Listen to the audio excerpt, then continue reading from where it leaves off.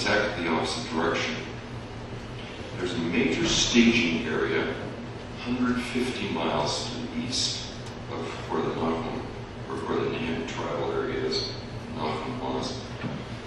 And it was a place where all the incense was gathered from that part of Arabia. It was unloaded from the animals, it was weighed, it was counted, it was taxed.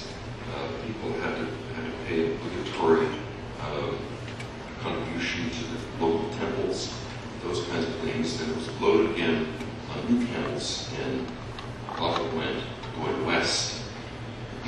Now, the actual trail to follow the wells bends south before it actually ends up due west of where it starts in this town, this city. But one can take shortcuts across the desert. There's a spit of the desert called Ramla Salatane. One can take shortcuts, but the problem is that the distance between wells is 100 miles. And that's a long time to keep oneself and one's camels going. But no. So the shortcuts and the main trail all are headed west.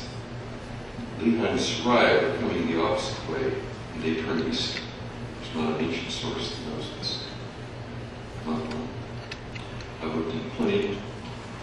Strabo, who was born a few years before Jesus was born, wrote a geography, and he mentions a series of cities in this part of Arabia, and he talks about their relative direction to one another, west to east. But he doesn't talk about connecting roads. And he doesn't tell us that the main incense road from the tribal area of Nahom runs east. Okay? There is a spur of the trail that goes from that area where the Nahom tribe lived, goes south across the mountains and down to Eden, where the bombing of the USS Cole occurred last October. But that's not a main part of the trail. The main part of the trail comes from the east into the Nahom tribal area and turns north. It's only known by someone who's traveled. I've looked around and I've found one map drawn about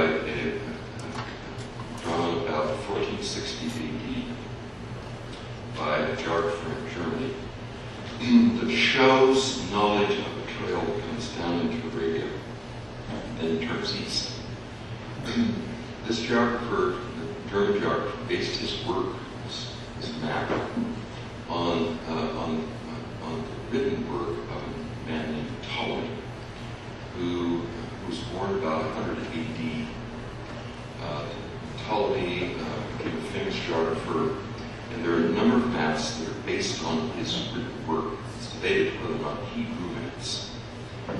But I found one map that's owned by the New York Public Library, which shows this trail, which was drawn about 1460 BC. But it was not available to Joseph Smith, who was still in Europe at that time. It was not acquired by the New York Public Library, or the library which preceded the New York Public Library until 1892. That's when it acquired that particular map. How do I explain this trail? It's because I think European geographers have been talking about it with the Arab geographers who knew the turn of the trail. There's no European source, there's no classical source that knows of this turn of the trail. Yes? I'm sorry, 1460 AD. Yeah, 1460 AD is the date of this thing. By the way, I should say that much of what I talk about today is going to be published in a book by Farms. Brother Peterson will know more about this than I. It was represented to me as Joseph Smith's greatest hits. I think Brother Tibetus is going to has something in that, meaning hits on the bullseye. And I've written a piece on ancient Arabia, and much of what I have, what I'm talking about, will be there. Okay. this actually raises the question, what about written sources available to Joseph Smith, or maps available to Joseph Smith? Some of you might be aware that Arabia, and Elias, interest in Arabia, myself and others, has begun to draw some anti-Mormon fire. And there's an unidentified person who posted on the web, a website, I think it's called Zion's Lighthouse website, posted on there an attack on the notion that Nahom or Nahom was a real place. Not that it wasn't a real place, but that Joseph Smith could not have known about. And he pointed to two Europeans who had drawn maps.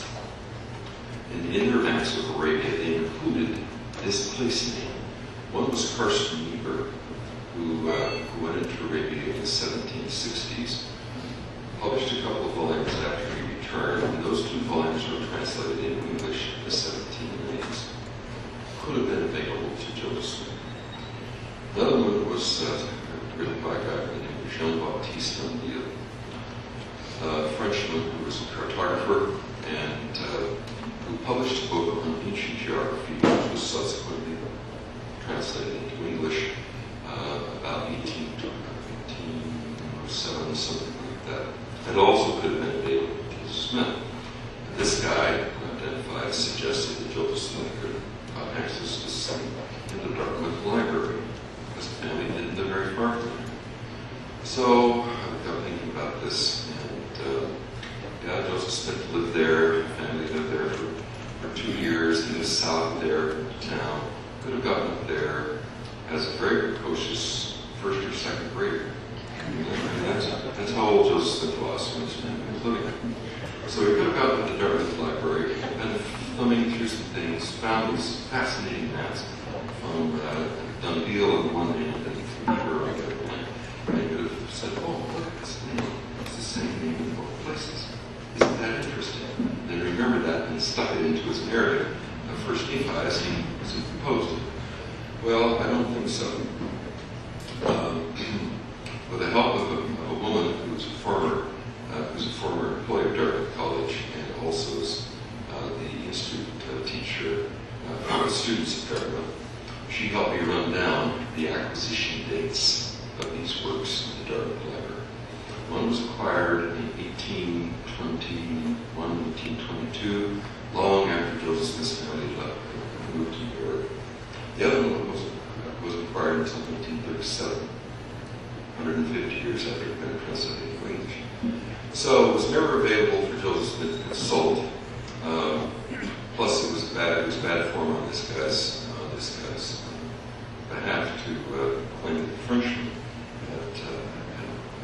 that the book, which is translated into English, ancient geography, actually had the name Nahom or Nahom on it, because I've now consulted the original copy of his 2-volume work, which was translated into English.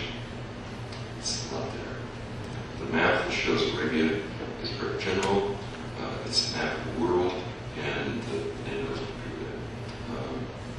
The name, in fact, appears on another map that he drew, which does not accompany his book. And there's no evidence that this was available anywhere, nor there's a guy by the name of John Pratt who organized a lending library in Manchester, New York. And the complete collection of his library has been published now, and there's nothing in his library that connects remotely with anything else that we had access to.